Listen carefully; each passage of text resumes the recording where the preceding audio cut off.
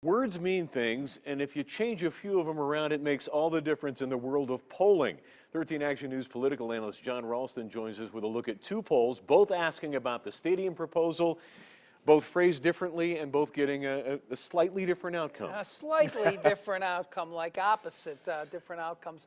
Yesterday, we showed you our exclusive 13 Action News Rasmussen Reports numbers, showed 52% of those asked were against raising room taxes. Now, the Sands folks did their own poll and phrased it a little differently, asking, based on what you know today, do you support or oppose the Las Vegas Dome project that is paid for with less than a 1% increase in Las Vegas hotel room taxes? Their results quite different. 62% support the hotel room tax increase, 26% opposed, 12% undecided. Now, as to why the difference, we spoke with David Demore. He's a UNLV political science professor. In this case, if you looked at the questions, they were very different questions, right? So one of them, uses the Raiders and gives the total public contribution of $750 million.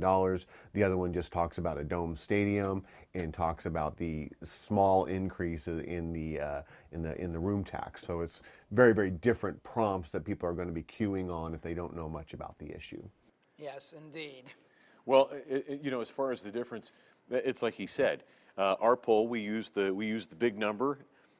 They used the small percentage. Both accurate in the way they were presented, but this is an interesting outcome. Well, the motivations are very different, too. We were just trying to gauge it, and we spent a lot of time thinking about this question, Steve, in terms of how we should phrase it. Hotel room taxes is what they've always said, and we had to put the total in there.